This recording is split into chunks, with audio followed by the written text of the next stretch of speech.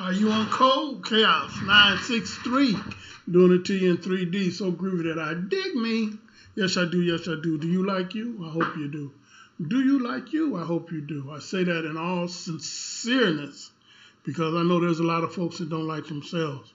That's a problem. That's one of our biggest problems. And that's, in essence, in a shady kind of way, what I'm talking about today.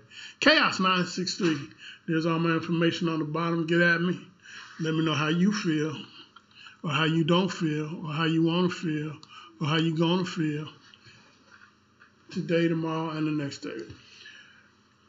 Happy to be on. Happy to be putting some information out. Hopefully it's something you like. Thank you, everybody. Thank you very much.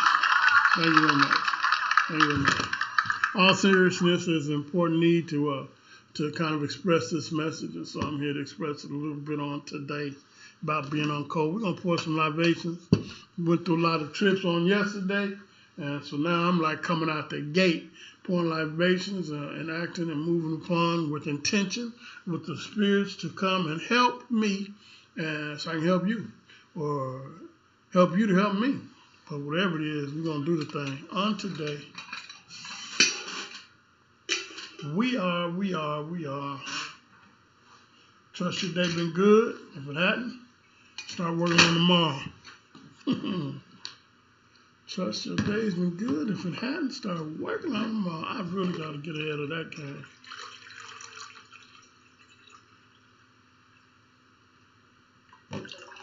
I come to the point that I know, I believe what I believe, and there ain't no stopping it. But it's interesting as I watch all these things unfold nonetheless, because ain't no stopping it, man. I don't know if any of y'all that participated in any sports, but you know, when you play sports, it's an interesting thing because man, I can't find the cat that goes into the game thinking that he's gonna lose. Everybody's in it to win it, but not just in it to win it. Everybody's in it, goes in with an idea, concept, understanding that they're gonna win. I used to like the halftime, right? And for several reasons, but now I'm pouring this libations here right off the top. So we don't have no problems. I don't have an answer. I know you don't, Siri. So I don't have an answer for no problem. Love has. We're going to get some singing going on here, ASAP. Truly been good to me. Yes, sir, yes, sir, yes, sir, yes, sir. Man, I tell you every morning I'm awakened with my marching orders. And it's getting to the point now that it's doubled up and grouped up. So starting on next week, too, to let you know, I'm going to be doubling up and grouping up. And it's a trip. I'm like, well, why you doubling up now? You know, you're still trying to get this here ship launched. Well, I'm not thinking about you. This ship done launched. I done seen this launch already. This here is already done.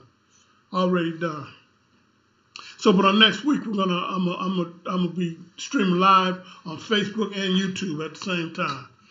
Don't teach me how to do this stuff. Hey now. Okay then, something to Julia Murder Lowe, my loving mother, Ashe, my real father, Dallas Williams, Ashe, my stepdad, William Fredericks, Ashe, to my grandmother, Daddy Lenny, Ashe, to my Aunt Diana, I love her, Ashe, Aunt Diana, to my Uncle Wayne, Ashe, my cousin Thaddeus, Ashe, to the spirits that be, Beleth, Ashe, Balaam, Ashe, Zagon, Ashe, Paimon, Ashe, Zene, Ashe, Bilal, Ashe, Person, Ashe, Asmodee, Ashe, Lorada, Ashe, Lopetro, Ashe, Oshun, Ashe, Izia, Ashe, Shango, Ashe, Chango, Ashe, Oya, Ashe, spirits known and unknown, Ashe, to the fairies, Ashe, to the imps, Ashe, to Mother Nature, Ashe, to Muhammad Ali, Ashe, to Papa Legba, Ashe, to Michael Jackson, Ashe, Prince, Ashe, Whitney Houston, Ashe, spirits known and unknown, as I say, Ashe, to my ancestors known and unknown, Ashe, your ancestors known and unknown, Ashe. So let it be. So it said, so let it be. So then, what we talking about today? If you read the clip on it, we're talking about being on cold, man.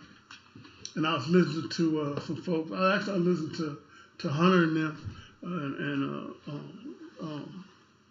on their show that they do every week, Professor Hunter, and they was bringing it. There's some good things they're saying, and I just kind of want to take it even to another level. A lot of times it's really good for me to articulate in a certain way, so as to put a handle on something. You know, if you're trying to communicate with somebody and the verbiage is different or the language is different, then you're not going to be able to communicate. You know, they might call a car, you might call a car an automobile. Now that's a close relation. It won't be too much with that. But I'm talking about when the gap and the chisel gets wide, whereas even sometimes they don't even have something like that in their culture. I was talking to a friend one time, and he told me that Alaskans have some 300 something different words for ice and snow and slush and ice conditions. I thought, man, they communicate on that. I think it's like 300, so it might not have been quite that many. It was a lot, like hundreds, you know.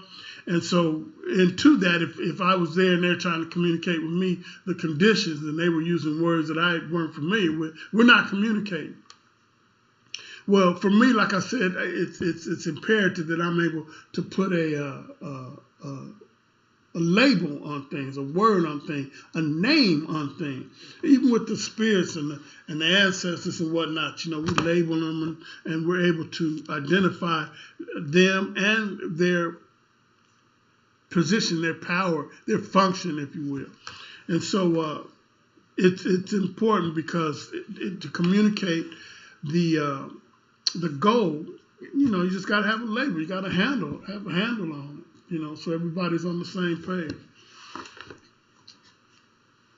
As we move into this thing that we're moving into, it's more important.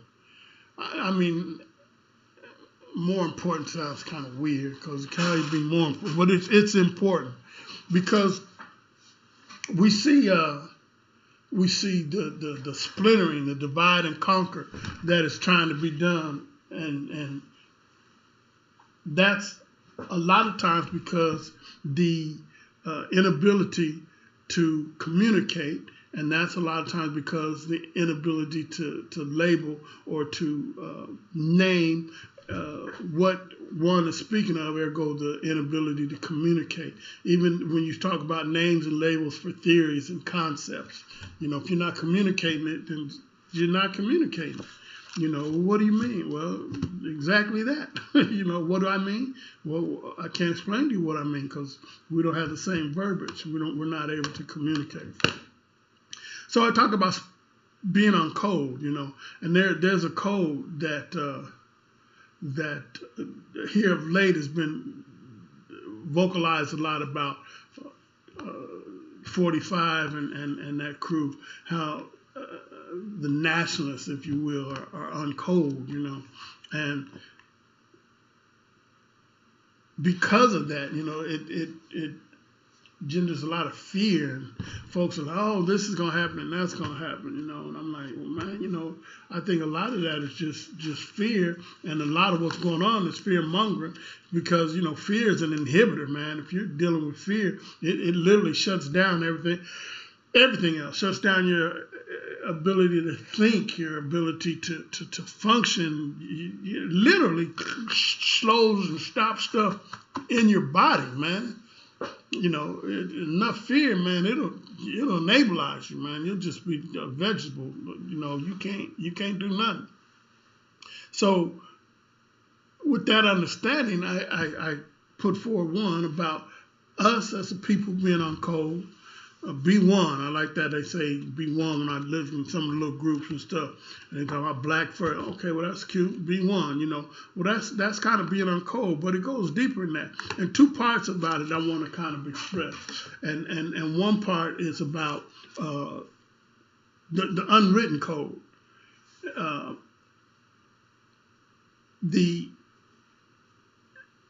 media and whatnot speaks about them or the nationalists or the folk that folks are afraid of. You know, when they talk about all these folks coming in and they finna do this, that, and the other thing. And I'm trying to, kind of monitor my mouth, because by me being on code, I've listened to some of the stuff the other folks say, and they say there's certain things you got to kind of monitor yourself about. So I'm not trying to give them no excuse to mess with a fellow, but I'm not going to deal in fear either, because I'm just not, man. And so there it is. And I done already poured my libation, so, yeah, I'm protected, But they talk about, the dog whistle, saying, dudes, not the dog whistle, and that causes these different, and it seemed like to a degree, yeah, some of those things are happening. The flip side of that is the code that our people are on, and this is important. One part I speak about being on code, and the other part is about being on code too. But for me, I've come to notice that there is a two-part to being on code, and I'm taking a lot of liberties here in my explaining this, because this is new territory. So I'm labeling some stuff so that we understand, So being on code, on the one side is the obvious, the conscious being on code. But for us as a people, I've learned and seen that there's a being on code that is actually in the subconscious. And now, it's not always totally in the subconscious, but it's in that like gray area. Remember a while back I was speaking about that gray area, and I talked about the gray area, like that area when you're first waking up, out of that daze and from sleep, and you're trying to come through. And sometimes, depending on how you sleep, in my meditation, sometimes when I wake up, I had to I have to reassociate where am I. Okay, all right, yeah, that's right. I'm at the house, Particularly, Tommy and Baby was doing, a bunch of traveling and whatnot, and you'd have to. Oh yeah. Okay, that's right. Here's where we're. And so, in that gray area, man, there's a lot of stuff going on in there. And so, when I say stuff going on, I mean like before you wake up in that subconscious area, there's mandates, there's marching orders, if you will, that are happening there. And that happens in the subconscious. So what I'm saying is that there's a lot of things that we do that are on code that we're not really articulating and not really totally conscious of. And I saw a lot of that when I was a youngster back in the when I was a kid. We traveled out to California one time. And I remember when I was talking to them, and they was explaining to me about the drugs being brought into the country by government. And I'm like, are you crazy, really? So they kind of briefed on it, touched on it, but they didn't really go in deep on it. They didn't elaborate. And when they said it, my subconscious immediately tapped into that, and it resonated with me. And in essence, that put me on code. Because now I'm like, oh, okay, so like we didn't sit down and say, yeah, well, this is what's happening, and then here A and A to B, and this is what I know about this, that, and the other, and so and so. It didn't go that way. It was just like, yeah, that's kind of what happens, And so I remember when I first got an understanding about that, I mentioned it to a couple of folks, and depending on who I mentioned it to, some folks it immediately resonated, and some folks it didn't. So then I'm really thinking, I'm like, well, maybe I'm seeing something here that's not there or whatever. But my spirit, it still resonated with my spirit. So I said, okay, well, that's what's up. And I'm going to just leave that there for now. Later on, as I went through, that kind of hit the news. And, of course, they did a movie about it, Shoot the Messenger or something to that effect. And it talked about the dude. And it talked, but now it's, common knowledge. The interesting point I make is that there were folks that were uncoded about that realized it wasn't necessary to try to like blow that up or just know that that's going on, and in that you can act accordingly. Don't be deceived by anything else. So that was like on a subconscious level. Then there's the conscious level, that things will be happening. We understand that for example, for as long as I can remember, there's been this relationship or lack thereof with the police. And so I can remember we was youngsters. They got an area in Colorado, and it's a city that is literally connected to Denver called Aurora. And Aurora was known for racist police. So when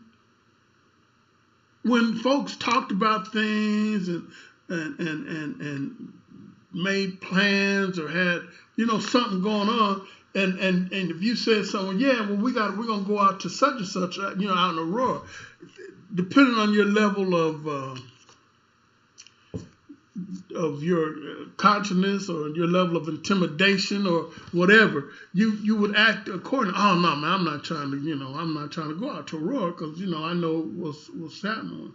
And so it was you were on code with Aurora because if you were aware, some of you just said Aurora. Oh no, that's racist police. We got to come up with another plan, or we got to come up with another place. Now, as more blacks start migrating out there, and a lot did to their demise, that lessened. And it's interesting now because when we speak about that stuff, there's a resurgence in it because there's a resurgence in all of this. They killed the boy out there, a couple months back. Just there's a resurgence. But for the most part, blacks in Colorado, and the majority of blacks in Colorado is in Denver. We were all on code. No, ain't no need F around over there, man, because them niggas, the police is stupid out there. That was a more conscious code.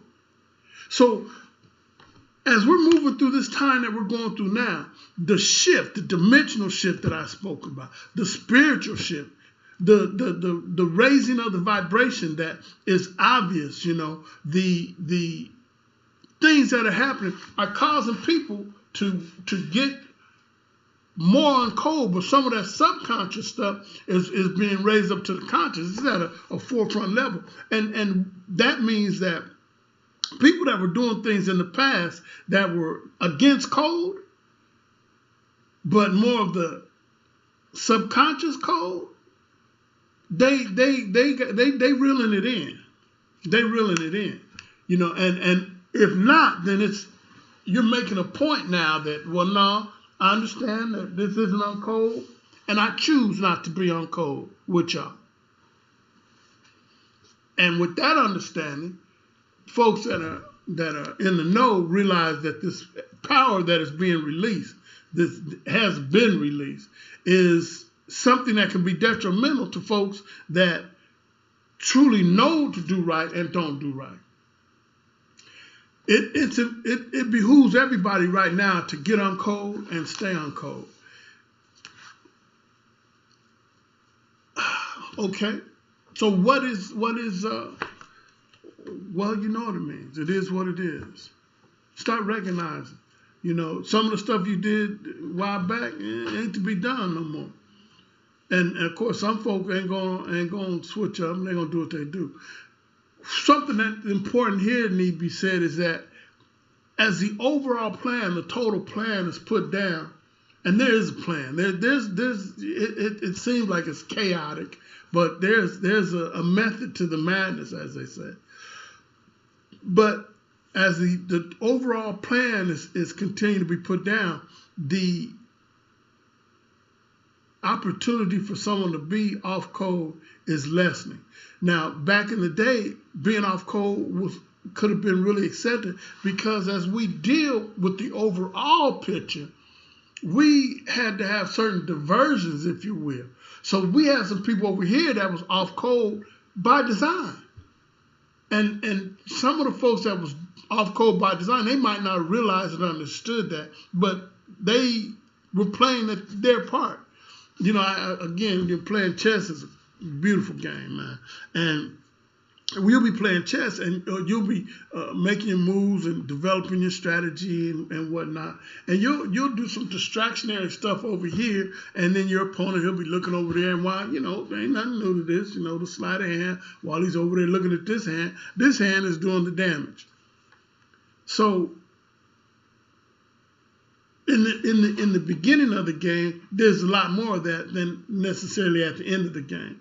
Because at the end of the game, as both sides are jockeying for position, it comes to a time in the game where one person or maybe both people feel like, okay, I'm in position now. I got it. I'm set up. I'm ready. Even though I've done my distractions here, I'm reeling that in. Even though I was a little off code over here, I'm reeling that in. And now it's time to, with a laser focus, move forward with my agenda. And that's when you'll be playing chess, and all of a sudden there'll be a move made and a move made, and it might be 5 or 6 moves made real quick, because everybody had their plan, everybody had their agenda, everybody had an understanding of what was to be done when it was to be done. And so when that hit, it's a lot less thinking, if you will, than it was even before that. And the thing with that is, when the dust settles and the smoke clears, somebody is going to be down. And they're going to be sitting on the side over there bleeding, leaking like a sieve. Because although you thought that you were in the position that you really weren't in, because you thought that, you made a move that wasn't supported by your strategy. It wasn't supported by the game. It wasn't supported by what's important. Let me tell you this, that the things that we're doing as a people is far and above anything that any of the folks down here that we're dealing with could imagine. They even though think that they've been guided by whatever they might have been guided, and some of them have been guided by some entities, some spirits, if you will, because truly the energies are there. The spirits, energies, whatever, demons, gods, whatever you want to deal with it, that stuff is there. And folk can tap into it. But let me tell you this, just like everybody can't deal with everything, the stuff that we have working in with us is way more deeper and way more complex than anybody else can tap into. Way more. And if you look at it, it's explained to you throughout history. Throughout history, throughout nature. If you look back through history, because half of the thing that they really try to trigger, blacks are less this, blacks are less intelligent, blacks are inferior. And when push comes to shove, we realize, man, you're crazy. Man, we're the Juju battery. We are we're the Juju battery. I was watching the thing on Ben Banneker. Genius. You know, I've been researching and studying these different folks from history. A lot of the stuff they took out of the history book. They took it out so cats wouldn't understand who they really are. So the point I make again, and to stress the point, is that as this game has been played and we've come to this point, man, they weren't even really in the game. The game is you. The game is you. For real. It's going to be so far and above the strategy, the technique, the finesse that we have. No one else is even in this game. To start with, if you would understand that this thing has been prophesied from thousands of years ago. Thousands of years ago. This ain't just happening with the left. Even what's happening right now, talking about we will be in bondage, blah, blah, blah, blah, blah. This was prophesied thousands of years ago. So listen, if I'm dealing with somebody that was telling me from thousands of years ago that's going to be here now and like this, I'm riding in that car. What gets me is when I see these other cats, they say, man, I'm finna go over here and I'm rolling with dude. I'm like, how you gonna roll with dude? For one, man, I like what the girl said. There's a video that's gone viral where the little chick says, you can't be my oppressor and my savior at the same time. I'm gonna try to get that, and when I re-put this up, I'm gonna try to have a piece of that video up in there so you can see it. You can't be my oppressor and my savior at the same time. So understanding this, I always find it strange that we as a people, oftentimes, when we hear and learn something, unless it's vetted through Europeans, and we ain't trying to, really get with it. Well, I'm telling you, man, this stuff goes way before that, way before them, way before the religions, before these cultures, all of that, man. This thing goes back hundreds of thousands of years. And I know for a lot of people, oh man, boom, you fell off right there. that term was a little too sharp for you. But man, they got stuff. I mean, they carbon dating the Sphinx, however they do the dating on it. Pardon me. And I did not get my glass. At some 100,000 years now, the Sphinx. And they say the Sphinx and the pyramid, Giza, is about the same age. So all of that other stuff in between there, man, that stuff don't carry water, man. Pardon me. So in getting my information, my understanding, my knowledge, that's where I'm getting mine from. I'm going with the ancestors. I'm going back with them. And when I realized that they took and packaged all the knowledge they could in the hieroglyphics and in the temples and whatnot, so that when we went through our period, when we was low vibrational sleep, that when we come out, we would have that information. Well, that information is here now. And that information says that we're going to shake it off and we're going to rise up. And as we do, the power is going to be there. When it talks about, man, levitation and telepathy and all of that, I mean, that's real. And as we get back and move back into that, man, it's going to be uncold. And we're going to be uncold. We're going to be uncold. The wind is already in, and if and when we literally relax in our victory, in our energy, we'll automatically get back right. We will automatically come back uncold, come back together. There's a fact that they've done some experiments, and they took two cells from hearts, two heart cells, and the one cell was beating, and then they took the other one, and it had a different beat. And when they put them together, they started beating together. They came uncold. We as a people are coming uncold, man. And as this thing intensifies, however it jumps, man, we're going to be uncold, and the victory's already won. It's already in. When you look at some of the great athletes and the great just musicians and on and on and on I could go, the folks have done just phenomenal things in forwarding this generation, this life, this thing to where it is today.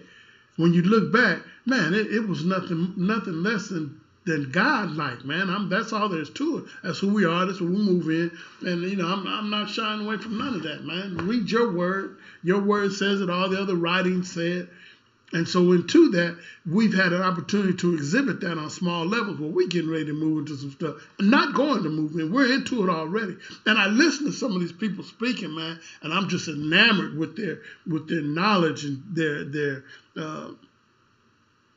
man, the way they bring it. Like I said, I was watching some of Hunter and Carr, man. Oh, just beautiful. But that's a small tip of the iceberg. It goes on and on, man. You can get on that net now and find some cats, man, that are delivering some serious, strong, unadulterated, uncut power. And that's what it's about. And you can get in and be involved in that on whatever level you want. You can have it on whatever level you want. And this thing is warning me. I don't know if the message is going out like I'm expecting, and I'm not even worried, because when I get through with this here, I'm going to download it, edit it, and put it back out.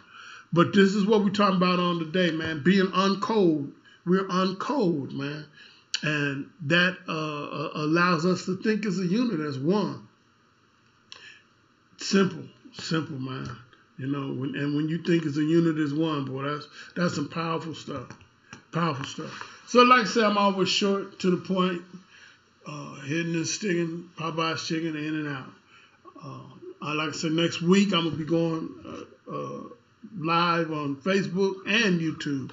And I got the system to do it with, and I'm getting ready to tweak a whole bunch of stuff, and I'm not to be stopped. So, I might drink Kool-Aid, but I don't play with kids, man. I'm in it to win it, and I'm bring the heat like I'm supposed to bring the heat, the drama like I'm supposed to bring the drama. I'm gonna do that, and putting the 220 volt on my people so we can charge up, And again, like I say, I ain't looking for no. There's individuals out here that are looking to vibrate on a certain level, and that's what I want to bring, that vibrational level to you. So I'm through with it. I thank you for your listening. I thank you for your time, and as always, I leave you like I found you, in peace. Till next.